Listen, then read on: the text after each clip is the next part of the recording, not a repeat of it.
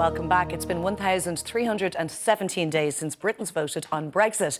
The tight result rocked Europe, divided a nation and led to a political tsunami. But tonight, after all the controversies, debates and political casualties, Brexit will become a reality. With that in mind, I recently headed to the border to meet some of those on the front line of Brexit. It was back on the 23rd of June 2016 that the United Kingdom went to the polls to vote on Brexit. In a shock result, Britons chose to leave the EU by 52% to 48%. Since then, turmoil. 2 prime ministers have gone, several Brexit departure dates have been missed, and the UK remains deeply divided. But tonight at 11 p.m. Irish time, the United Kingdom will officially leave the European Union. Dermot, it's been dominating the headlines for so long, yet Brexit is almost upon us. What impact is it going to have in the immediate aftermath for us here in Ireland? Well, I don't think it'll have a huge effect immediately because obviously they have to try and arrange the aftermath of them leaving, the trade agreement.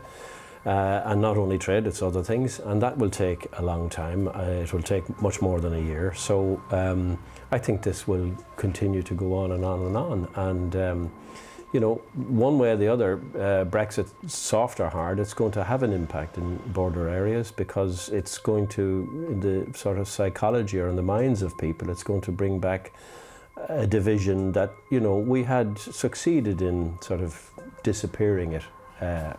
Over the last 20 or so years. How do you think negotiations to secure a new trade deal are going to pan out between Boris and the rest of the EU? Because the agreement should be ratified, I think, by the end of this year, December 2020. Is that plausible? Well, I said it from the start that the EU aren't going to make it easy for the UK to exit, and they're going to make sure that, particularly in the context of the possibility of other countries, other nation states leaving the EU, to make sure that there is no incentive for other countries to leave. So it will be difficult, and I think the more it is difficult, the more it will affect us, unfortunately. I think it's gone off people's minds because people think it's solved, but the reality is it hasn't been solved or anywhere near solved. And I think a bit like in the UK, the sort of Brexit fatigue will it has dissipated, but it will come back very quickly when things get difficult again, when there is no agreement between the UK and the EU. What it will do is in things, as I said, the unknown unknowns, not just at the high level that they'll be discussing in Brussels and in London, trade issues and financial services, but the small things. I often say it, mobile phones.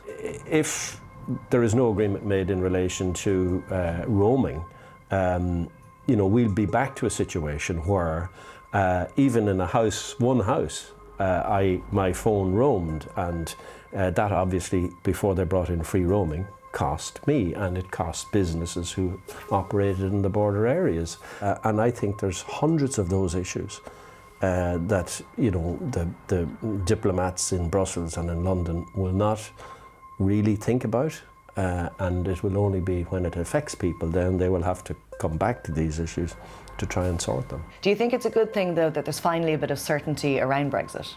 Yeah, I mean, I was part of the negotiations for the Lisbon Treaty. I signed up on behalf of the country a number of years ago. Little did we think that, a country as powerful as the UK would leave Article 50. No one ever realised when we were drafting all these things.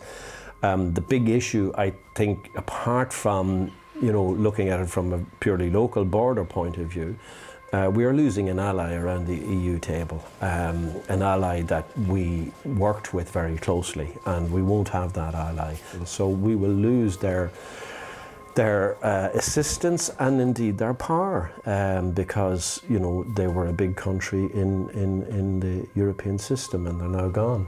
So it's about strengthening the ties with the EU, extending the hand of friendship that perhaps we may have been reluctant to do before. Yeah, well, I think in fairness, the EU have been very, very supportive of us throughout all these, but they fully understood it, unlike the UK system, who didn't seem to think when they decided to have a referendum that there was nobody, it seemed, that said, hold on a second, this is going to have huge ramifications on the border in Ireland. Or else, if they did know about it, they ignored it.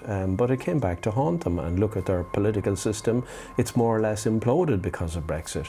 What is the ideal outcome for us as a country over the next year? Well, to get as soft a Brexit as possible. In other words, to get something that will have the least effect, particularly in cross-border trade. Even those politicians who didn't want a united Ireland, they accepted that it made absolutely no sense that there would be two economies on either side of a border not talking to each other.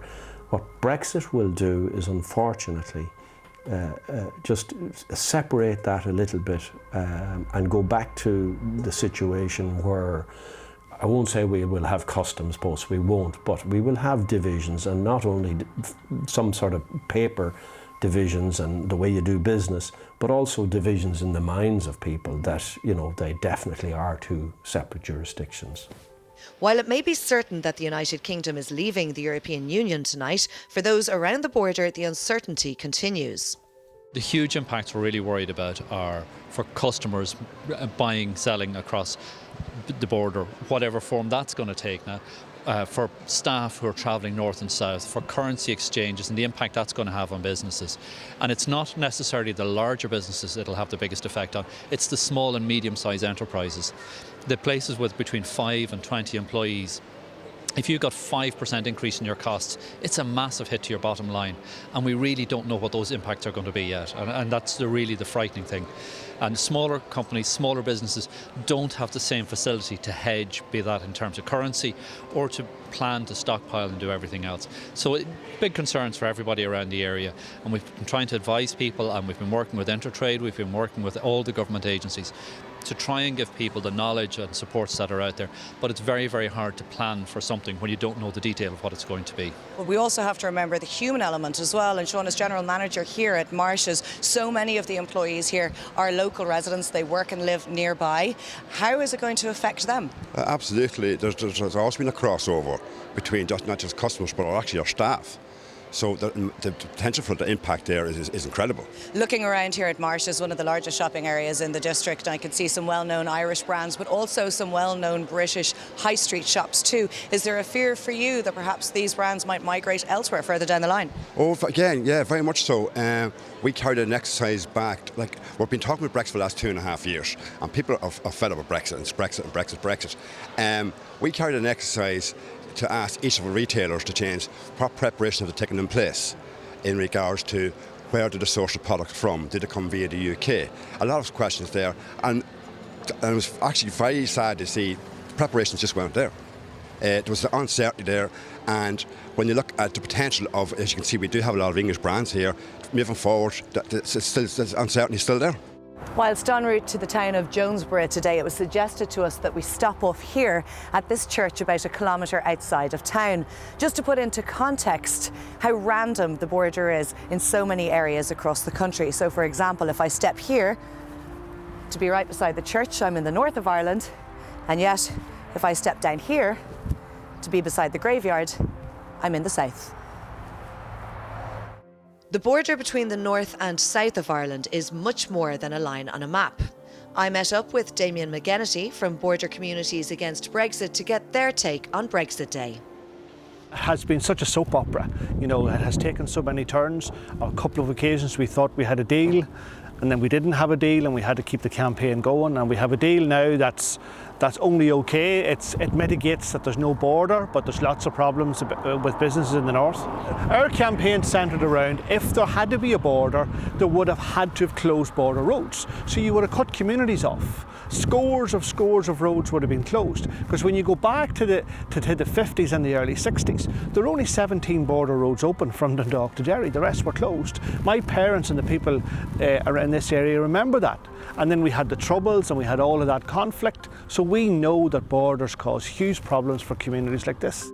As I travelled further along the border, I met up with Jerry Murray to hear firsthand what life was like for the communities on the border. I don't think people would actually put up with a bother coming in again. They do the same as the last time. They passed on remarks. They couldn't close roads. They could do checkpoints and all that, but it'd be impossible to man the bother. The bother only came into existence really when the army arrived. They wanted to close the roads. As you can see, the bother doesn't exist. Cars come, go, traffic. That's the way it was pre the Troubles.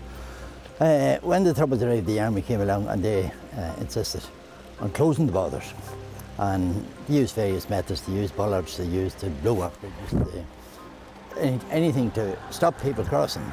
But it was fruitless because the local people just wouldn't put up with it. So the night after the road was closed, it was reopened the next morning and people went back to work. People had farms on both sides of the border. People were going to work both sides of the border.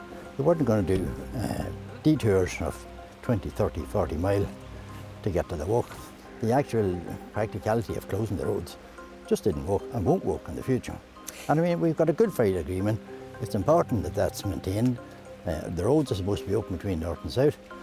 And we can't tear up the Good Friday Agreement and just forget about it.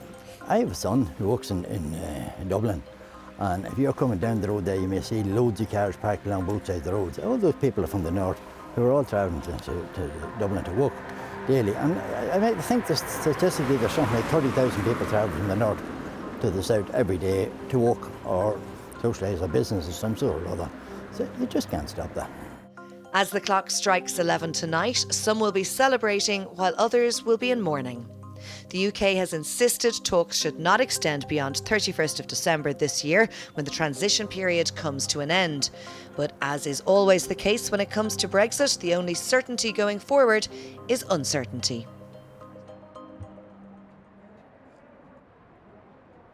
Up next, if jet setting is on your to-do list this 2020, we'll have all the beauty bits you need before you take to the skies.